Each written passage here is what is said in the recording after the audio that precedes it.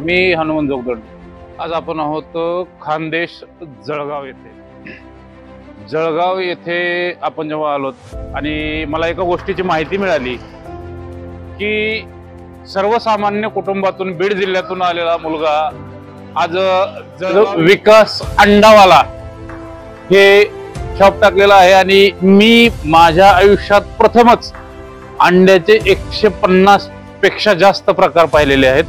आणि हे जे प्रकार आहेत 150 प्रकार हे अंड्याचे यांच्याकडे तयार होतात. आणि हा बीड जिल्ह्यातून वडिलाचं छत्र हलवलेला मुलगा इथे येऊन आपलं जर अस्तित्व तयार करू शकत असेल तर माझं जो तरुण वर्ग आहे जो नोकऱ्याच्या पाठीमागे लागलेला आहे आणि आम्हाला नोकऱ्या नाहीत म्हणून हाताश होऊन बसतात त्यांनी याचा आदर्श घ्यावा अशा पद्धतीनं याचं काम आहे.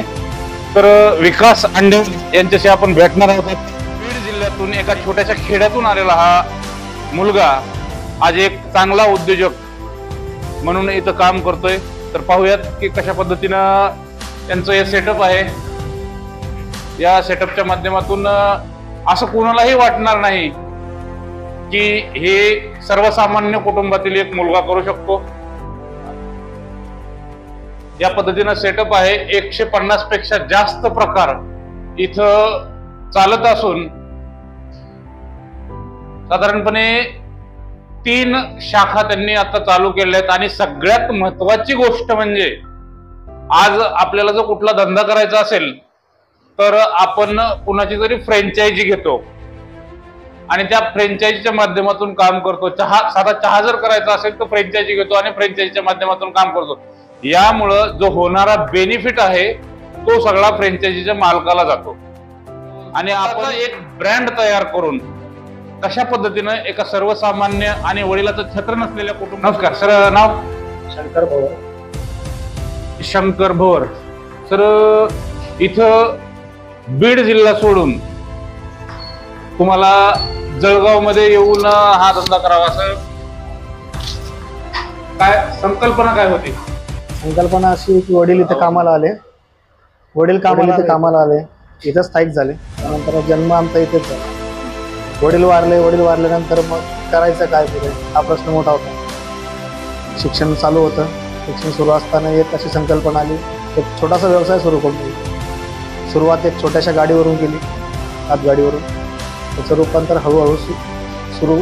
एक गाडीची 2 गाड्या, 3 गाडी झाली. त्यानंतर मग 3री गाडी बंद करून मग शॉप चालू केलं.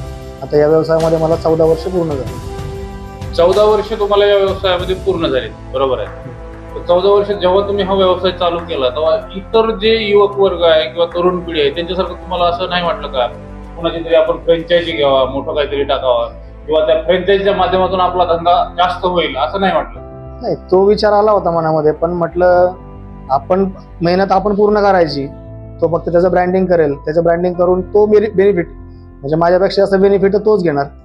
तेवढी मेहनत जर आपण आता करतो, जे आपण स्वतः कारागीर आहेत, आपल्याला दुसरा कोणी हायर करायची गरज नाही, तर मग आपण स्वतःच का नाही करावं होतं.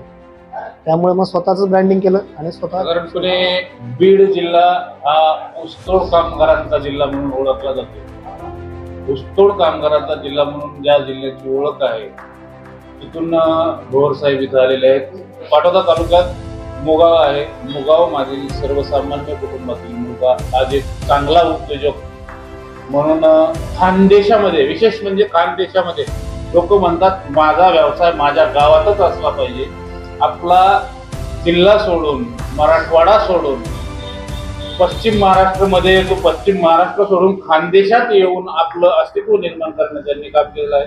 आणि सगळ्यात महत्वाची गोष्ट म्हणजे 150 पेक्षा जास्त अंड्याचे प्रकार, ज्या व्हरायटीज आहेत त्याच्या मेनूच्या, त्या मी स्वतः आतापर्यंत ऐकलेल्या नव्हत्या, त्या मला सगळ्या पाहायला मिळाल्या. याच्या संदर्भामध्ये काय सांगतो?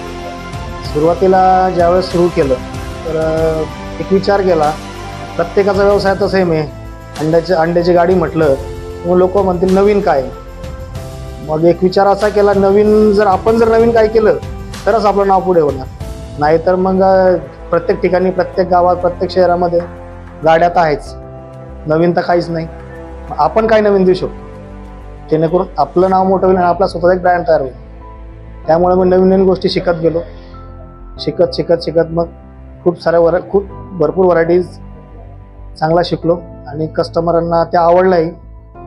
त्यामुळे एक त्यांचा आशीर्वाद की त्यामुळे त्यांना आवडत गेला, आपण त्यांना देत गेलो. या संदर्भामध्ये मला असं सांगायचं आहे की बीड जिल्ह्यातला जो तरुण वर्ग आहे तो बहुतांशी हताश आहे आणि निराशेच्या मार्गाने जातो. तर अशा पद्धतीनं भोवर साहेबाचं एक व्यक्तिमत्व पाहून की या लोकांनी प्रेरित होऊन अशा गोष्टी केल्या पाहिजेत की एक सर्वसामान्य कुटुंबातला ज्याला की वडिलाचं छत्रही नव्हतं अशा मुलाने आपलं अस्तित्व निर्माण केलं. तर ज्यांच्या पाठीमागे आई वडील सर्व कुटुंब आहे यांनी सर्व गोष्टी कशा पद्धतीने केल्या पाहिजेत. येणाऱ्या तरुण पिढीला किंवा आताच्या तरुण पिढीला काय संदेश देऊ इच्छितो? आताच्या तरुण पिढीला एवढा संदेश देऊ शकतो की नोकरीच्या मागे न पळण्यापेक्षा स्वतःचा छोटासा का होईना एक व्यवसाय सुरू करा. व्यवसायामध्ये आताचे म्हणजे हल्ली आधी म्हणजे मुलं भरपूर म्हणायचे मला व्यवसाय करायची लाज वाटते. व्यवसाय हा आपला स्वतःचा आहे, नोकरी ही लोकांची. नोकरी आपण दुसऱ्याच्या अंडरमध्ये करणार काम, त्यावर आपल्याला पगार मिळणार. व्यवसायात आपण असं आहे की आपण जेवढी मेहनत घेऊ आपल्याला तेवढा पैसा मिळणार आणि तेवढं आपलं नाव मोठं होणार. त्यामुळे मला तर सांगायचं आहे की बाबा जास्तीत जास्त तरुणांनी आजच्या नोकरीकडे न वळता व्यवसायामध्ये वळलेलं कधीच. माझ्यासोबत आज इथं त्रिदल सैनिक संघटनेचे महाराष्ट्र अध्यक्ष आपले खोटे साहेब आहेत. तर आज आम्ही इथं जेव्हा या स्टॉलमध्ये आलो, शॉपमध्ये आलो, त्यावेळेला त्यांना कशा पद्धतीनं वाटलं आणि त्यांनी काय जनतेला संदेश देऊ इच्छितात ते विचारतो मी आपल्या BM न्यूज चॅनलच्या माध्यमातून या तरुण पिढीला हे सांगू इच्छितो की आमच्या एक छोट्याशा खेडेगावातून ज्याला वडिलांचं छत्रछाया नसताना एक खानदेशमध्ये येऊ, कारण बीड जिल्हा हा ऊसतोड कामगाराचा जिल्हा समजला जातो आणि त्या जिल्ह्यामधून खानदेशमध्ये येऊ ह्या मुलांनी स्वतःचा ब्रँड तयार करून एक आज उद्योग तयार केलेला आहे आणि त्या उद्योगाचं रूपांतर एक मोठ्या बिझनेसमध्ये झालेलं आहे. तर मी आपल्या मराठवाड्यातील बीड जिल्ह्यातील तरुणांना हे सांगू इच्छितो की तुम्ही नोकरीच्या मागे न पडता स्वतःचा एक छोटासा व्यवसाय तयार करा आणि फुकटचं त्या राजकारणाच्या पाठीमागे फिरण्यापेक्षा आता इथून पुढं तुम्ही स्वतः कराल, स्वतः करून कमवाल तर जगाल. तुम्ही मोकार आपला जीवनातला राजकारणाच्या पाठीमागे फिरून वेळ वाया घालण्यापेक्षा ह्या आमच्या गावातील मुलाचा आदर्श घेऊन तुम्ही एखादा छोटा व्यवसाय करा. त्या व्यवसायाच्या माध्यमातून स्वतःच्या पायावर खंबीरपणे उभा राहा. हेच मी आपल्या BM न्यूज चॅनलच्या माध्यमातून तरुण पिढीला सांगू इच्छितो. धन्यवाद. धन्यवाद सर. काही असेल तिनके सेही समंदर बनता है अशा पद्धतीने सर्वांनी काम करावं. बहुजन महाराष्ट्रासाठी हनुमान जोगदंडचं प्रश्न बघील.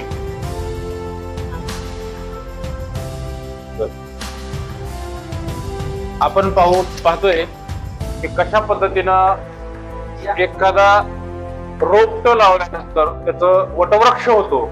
अशा पद्धतीने एका छोट्या गाड्यापासून चालू केलेला हा बिझनेस आज एक चांगल्या स्टेजला पोहोचलेला आहे. यामधून आपल्याला असं दिसून येईल की बिझनेस हा कुठलाही लहान नसतो. तुम्ही स्वतःचा व्यवसाय जर करत असाल तर सगळ्यात पहिलं म्हणजे तुम्ही स्वतःची लाज नाही बाळगली पाहिजे धंद्याची, तर तुम्ही व्यवसाय करू शकता. मी हे काम केलं आणि मला लोकांनी बघितलं तर काय म्हणतील, असं जर तुमच्या डोक्यामध्ये जर असेल तर तुम्ही कदापि त्याच्यामध्ये यशस्वी होऊ शकत नाहीत. तरी व्यवसाय लहान असो की मोठा, स्वतःचा व्यवसाय करा आणि अगदी ट्रान्सपरंटपणे प्रामाणिकपणे जर व्यवसाय केला तर निश्चितच तुम्हाला मोठं होता येईल आणि तुम्हाला कुणाच्याही नोकरीच्या मागे लागायची गरज नाही किंवा आत्महत्या करण्याची गरज पडणार नाही उपासपोटी राहण्यासाठी. तरी स्वतःच्या व्यवसायात उतरा. भलेही तो चहा विकण्याचा असेल, अंडे विकण्याचा असेल, काही